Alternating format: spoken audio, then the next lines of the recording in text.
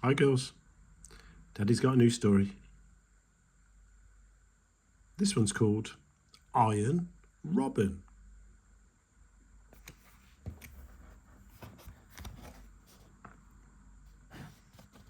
Oliver loved birds. Little hoppy ones, big flappy ones, birds that shrieked loudly, birds that sang prettily. Whenever he felt lonely, which was quite often, Oliver watched the birds in the field at the edge of his house and wished they could be his friends. But they always flew away from him.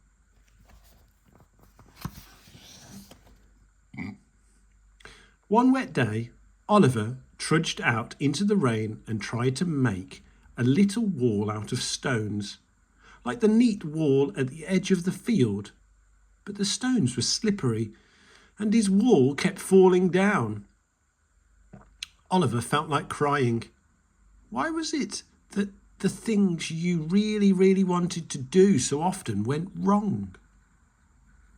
After a while, the freezing rain was pelting down really hard, and Oliver's hands got so cold he couldn't make them work properly. So he gave up on his wall and began walking towards the house in his squelchy boots. At the edge of the field, he saw something lying in the mud. At first, he thought it was a rusty can. It wasn't a can. It had a pointy kind of shape. When Oliver stooped down and brushed away some of the mud, a little beak appeared, then a feathery tail. It was a bird made of iron. Oliver picked it up and held it gently in his hands. He said, "Hello, Iron Bird. My name is Oliver. Can you be my friend now?" And all his crossness about his hopeless stone wall went away. Oliver ran to show his mum. "Look what I've just found," he said, gasping for breath. His mum, whose name was Jane, was making tea. "What's that lump of mud?" she asked. "Mum," said Oliver, "it's not a lump of mud, it's an iron bird. Look." "Oh," said Jane. "Sorry, I didn't have my specs on." Jane asked Oliver to wash the iron bird. When all the mud was gone, they both saw that on its breast was a bright slash of red colour. "Is it blood?" said Oliver. "No," said Jane. "It's just part of him. He's a robin." Oliver got some straw from the chicken house and made a nest for Iron Robin in a corner of his bedroom.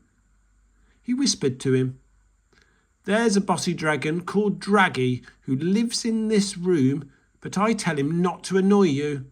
Okay?" He brought his bossy dragon over to meet Iron Robin. "Draggy," he said, "this is Iron Robin from the field. Say hello."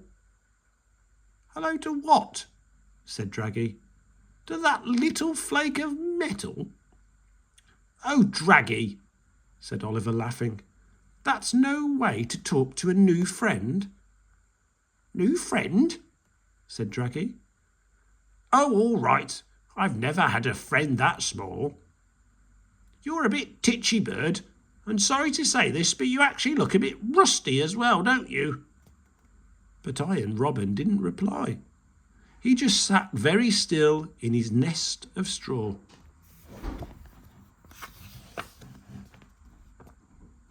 Oliver started to wonder how long Iron Robin had been buried in the field. He knew that long ago there'd been a time called the Iron Age, when people first started to make tools and nails and other useful things out of iron. He asked his mum, "Do you think those Iron Age guys might have made a bird as well?" His mum said, I don't know. They might not have had the time." But Draggy piped up and said, "Excuse me, Jane, but I think they had loads of time. They didn't have to make cars or computers or drones or phones or hoovers, did they?" "True," said Jane. "And," said Oliver, "they might have been lonely." One day, Oliver was looking at Iron Robin up on the windowsill. He heard Draggy say, "I don't know why you're staring at that little tin can so hard. Do you think he's going to fly or something?" "No," said Oliver. "I just like looking at him." But that same afternoon, something happened. A summer storm came whirling into the sky, and Oliver put Iron Robin on the windowsill so he could watch the crazy purple lightning. Oliver hid behind his bed till the storm passed. When he went to the window again and looked at Iron Robin, there was something different about him. In the middle of the bird's face was a tiny, glimmering light. Oliver carefully picked up the bird. The glimmering light was an open eye. And then the eye blinked. And then both his eyes were open. And when the bird saw the sky, he very slowly began to move his rusty wings. Then he gave a little hop. "Mum!" Oliver called. "Mum, come quickly!" Jane came running up the stairs. When she saw Iron Robin's eyes wide open, and when she saw him moving his wings and jumping on the windowsill, she said, "It can't be true. Are we in a film or something?" "I wish," said Draggy. "I always thought I'd make a brilliant movie star, but no, it's that bit of rust there trying to come alive." Oliver really wanted to show his classmates this amazing bird. Jane said, "Oliver, I don't know if that's a very good idea to take something so precious to school." But Oliver wasn't really listening, and he put Iron Robin into his bag together with some drawings he had done of Iron Age objects and people dressed in peculiar clothes trying to make things. When it was break time, Oliver opened his bag and set the bird on the ground. It blinked and slowly moved its rusty wings. A small group of children gathered as Iron Robin began to hop about. "Wow!" said Isabel.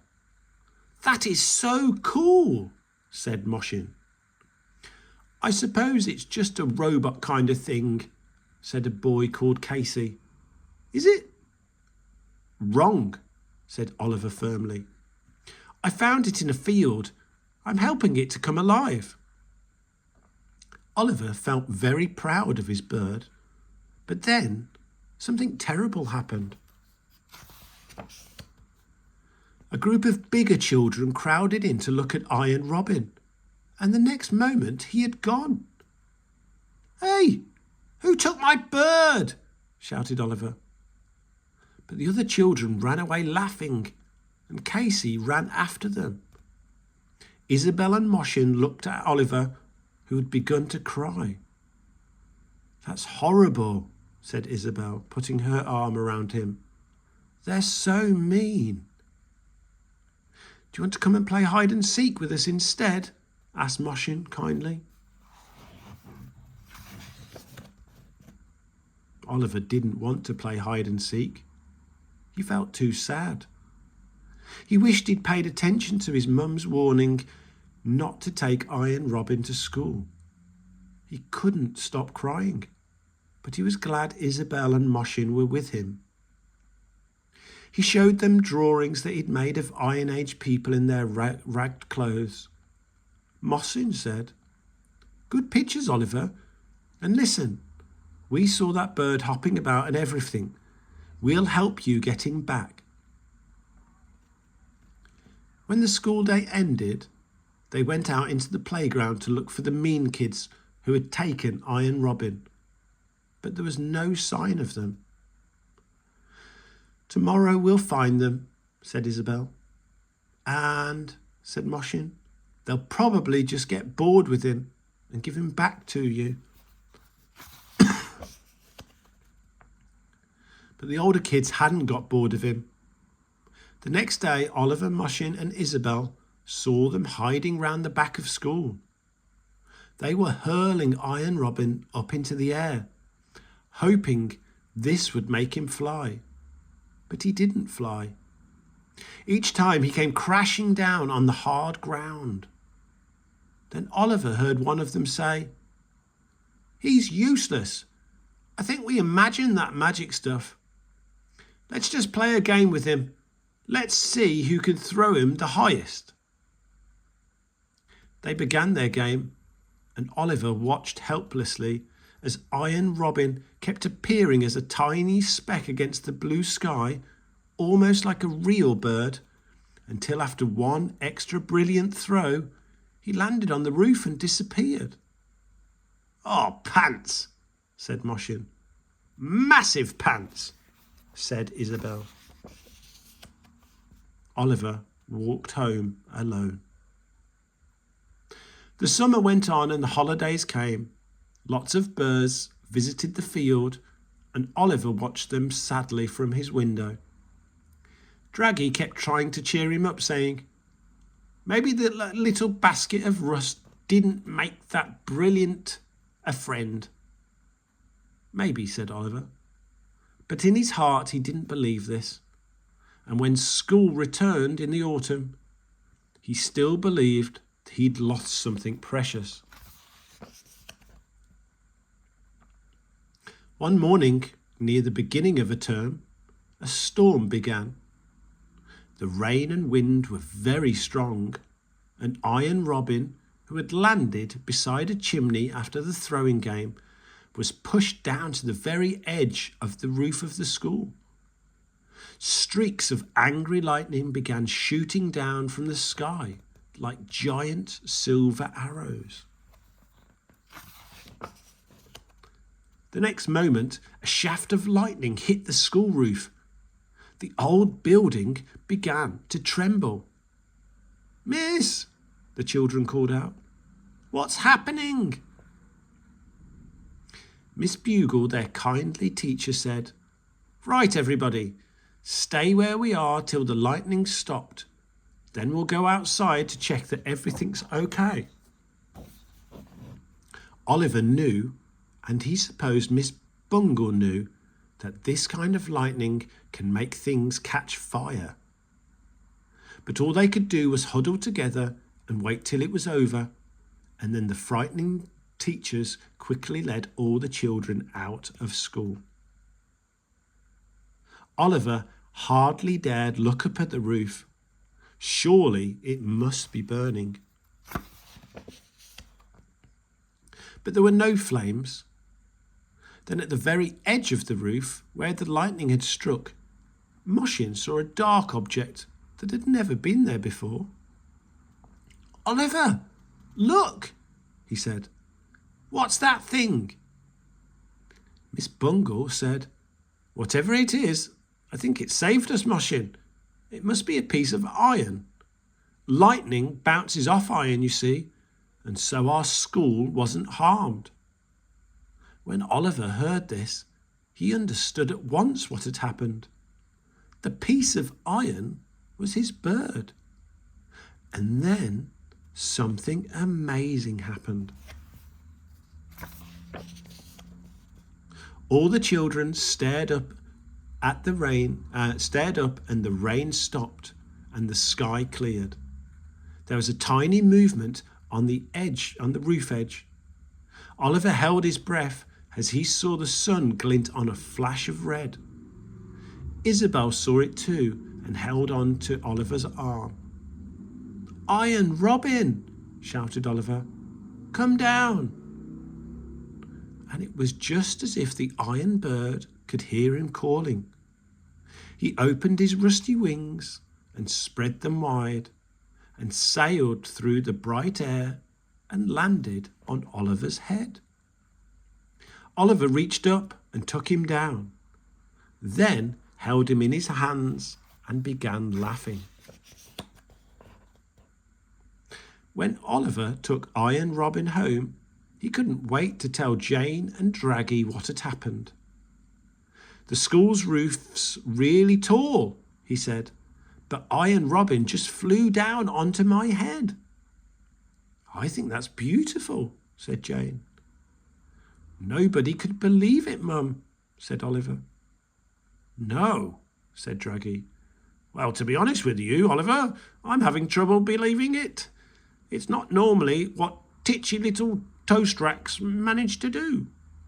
I suppose you'll be telling me he's going to sing next." But Iron Robin never did sing. He just liked to fly over the house on his iron wings and lie in his straw nest near Oliver's bed like a true friend. And sometimes, before he went to sleep, Oliver thought he heard a Draggy whisper, "All right then, Titch." The end.